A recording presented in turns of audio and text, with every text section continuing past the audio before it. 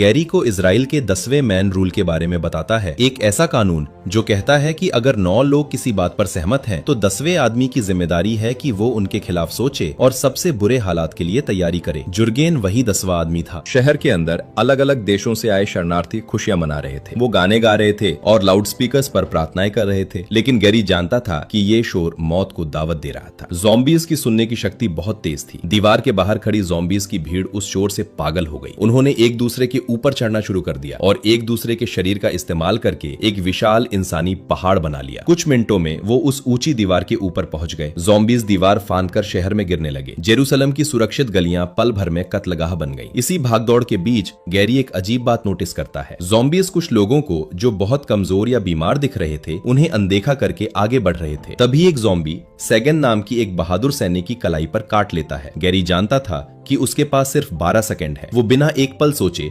तलवार से सेगन की कलाई काट देता है। वो उसे उठाकर एयरपोर्ट की तरफ भागता है। किसी तरह वो एक कमर्शियल प्लेन में चढ़ने में कामयाब हो जाते हैं। जैसे ही विमान उड़ान भरता है, गैरी खिड़की से देखता है कि जेरूसलम अब पूरी तरह से ज़ॉम्बीज़ के कब्जे में था। प्लेन में गैरी बार बार उस बीमार लड़के के बारे में सोच रहा था जिसे ज़ॉम्बीज़ ने छोड़ दिया था। उसे एहसास होता है कि हर शिकारी को एक स्वस्थ शिकार चाहिए होता है। अगर शिकार पहले से ही बीमार है तो शिकारी उसे छोड़ देता है। उसे अपनी थ्योरी मिल चुकी थी। वो पायलट को वेल्स में मौजूद एक WHO की लैब में चलने को कहता है, लेकिन तभी प्लेन के पिछले हिस्से से चीखें आती हैं। एक ज़ॉम्बी प्लेन में घुस चुका था और अब वो एक एक करके यात्रियों को अपना शिकार बना रहा था। गैरी सामान से एक दीवार बनाने की कोशिश करता है, लेकिन ज़ॉम्बी की ताकत के आगे वो ढह जाती है। जब कोई रास्ता नहीं बचता तो गैरी एक ग्रेनेड का पिन खींचता है और उसे प्लेन की दीवार की तरफ फेंक देता है। एक जोरदार धमाका होता है और हवा के दबाव से सारे ज़ॉम्बी प्लेन से बाहर खिंच जाते हैं। विमान क्रैश हो जाता है। गैरी और सेगन दोनों घायल हालत में मीलों पैदल चलकर उस लैब तक पहुंचते हैं। वहां गैरी वैज्ञानिकों को अपनी थ्योरी बताता है। हमें वायरस से लड़ने के लिए एक कवर की जरूरत है। अगर हम खुद को किसी ऐसी बीमारी से संक्रमित कर लें